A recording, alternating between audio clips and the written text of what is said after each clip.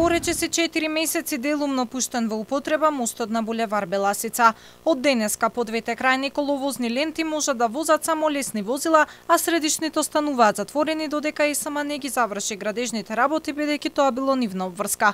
Изминатите месеци се зборуваше за санација на опожарениот мост, но сега од град Скопје вела дека експертите утврдиле дека нема структурни оштетувања кои ја нарушуваат безбедноста, па станува нејасно зошто се чекаше со месеци за да се отвори.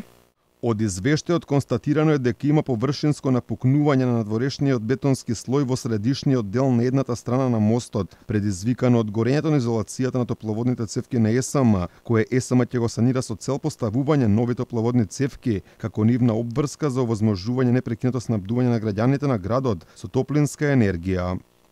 Откако се случи пожарот на средина на мај, мостот како една од главните сообраќајни точки во градот беше целосно затворен. Ова предизвикуваше метеж и нервози кај граѓаните кои бараа одговори зошто со месеци булеварот е затворен.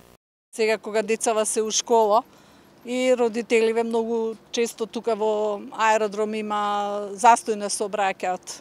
Има се осеќа, значи кога ќе се помине под железничка од Савајле, има гужва. Работам еве во Истгейт, можам да кажам дека гужвите се многу големи.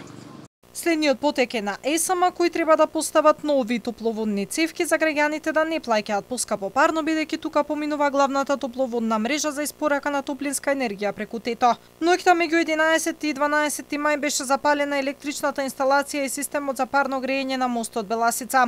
Од тогаш беше целосно затворен за сообраќај. Дел од експертската јавност предупредуваше дека пред да се пушти мостот во употреба неопходно е да се направат дополнителни и сериозни анализи за да не се доведат во ризик граѓаните.